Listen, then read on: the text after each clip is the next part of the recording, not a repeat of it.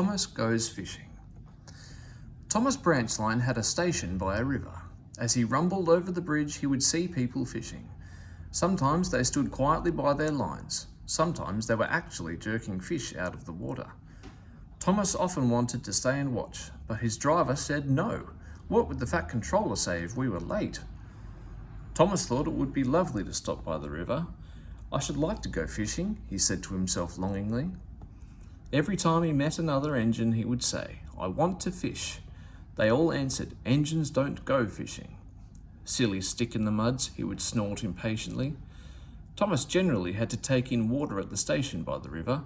One day he stopped as usual and his fireman put the pipe from the water tower in his tank. Then he turned the tap, but it was out of order and no water came. Bother, said Thomas, I am thirsty. Never mind, said his driver, we'll get some water from the river.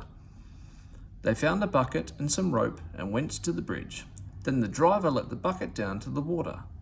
The bucket was old and had 5 holes, so they had to pull it up and empty it into Thomas's tank as quickly as they could.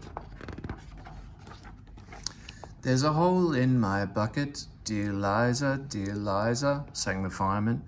Never mind about Liza, said the driver. You empty that bucket before you spill the water over me. They finished at last. That's good, puffed Thomas as he started, and Annie and Clarabelle ran happily behind. They puffed along the valley and were in the tunnel when Thomas began to feel the pain in his boiler, while steam hissed from his safety valve in an alarming way. There's too much steam, said his driver, and his fireman opened the tap in the feed pipe to let more water into the boiler, but none came.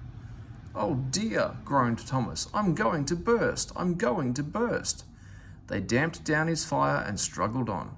I've got such a pain, Thomas hissed.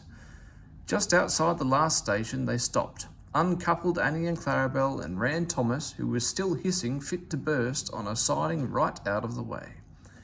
Then, while the guard telephoned for an engine inspector and the fireman was putting out the fire, the driver wrote notices in large letters which he hung on Thomas in front and behind.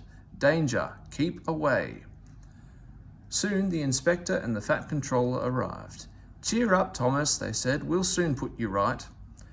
The driver told them what had happened. So the feed pipe is blocked, said the inspector. I'll just look in the tanks. He climbed up and peered in. Then he came down. Excuse me, sir, he said to the fat controller. Please look in the tank and tell me what you see. Certainly, Inspector. He clambered up, looked in, and nearly fell off in surprise. Inspector, he whispered, can you see fish? Gracious goodness me, said the fat controller. How did the fish get there, driver? Thomas Driver scratched his head. We must have fished them from the river, and he told them about the bucket. The fat controller laughed. Well, Thomas, so you and your driver have been fishing, but fish don't suit you, and we must get them out.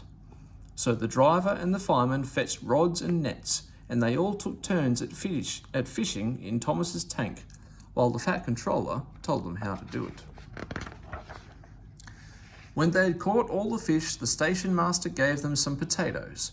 The driver borrowed a frying pan, while the fireman made a fire beside the line and did the cooking.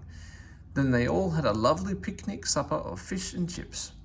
That was good, said the fat controller as he finished his share, but fish don't suit you, Thomas, so you mustn't do it again. No, sir, I won't, said Thomas sadly. Engines don't go fishing. It's too uncomfortable.